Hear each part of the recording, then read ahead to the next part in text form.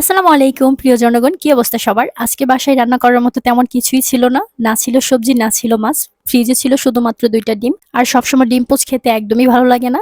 আর আমি মাঝে মধ্যে ডিম দিয়ে এই রেসিপিটা বানিয়ে থাকি। ভাবলাম আপনাদের সাথে শেয়ার করি। আর এই ডিম ভুনা রেসিপিটা বানানোর জন্য ১ম এই একটা প্যানে পরিমাণ মতো তেল এবং পেঁয়াজ দিয়ে কিছুক্ষণ সটে করে নেওয়ার পর দিয়ে দিয়েছিলাম আলু। আলুটাও আবার কিছুক্ষণ সটে করে নিলাম। তারপরে দিয়ে দিলাম টমেটো। টমেটো দিয়ে আবারও কিছুক্ষণ সটে করে নেওয়ার পর দিয়ে দিলাম অল্প পরিমাণ হলুদ, মরিচ এবং ধনিয়া গুঁড়া। আর আমি যেহেতু মাত্র ২ টা ডিম ভুনা করব, সেই ক্ষেত্রে সবগুলো মসলার পরিমাণ খুবই অল্প করে দিয়েছিলাম। তারপরে দিয়ে দিলাম অল্প একটু পানি। পানি দেওয়ার পর কিছুক্ষণ কষানোর পর দিয়ে দিলাম ২ টা ডিম। আর এই অবস্থায় চুলার আঁচটা একদম মিডিয়াম টু লো হিটে রাখতে হবে, যেহেতু আমি পানির পরিমাণ খুবই কম দিয়েছি। নয়তো সবকিছু পুড়ে যেতে পারে। আর ডিমগুলো দেওয়ার পর আমি আর এই অবস্থায় কোনো ধরনের নাড়াচাড়া না দিয়ে ঢাকনা দিয়ে ঢেকে দিয়েছিলাম ২ মিনিটের জন্য। ২ মিনিট পরে ঢাকনা উঠিয়ে দিয়ে দিলাম কাঁচামরিচ কুচি। তারপরে রেডি হয়ে গেল ডিম ভুনা রেসিপি। আর এই রেসিপিটা দেখতে যেমন সুন্দর, খেতেও ছিল দুর্দান্ত। আর রান্না করা তো সবথেকে বেশি ইজি।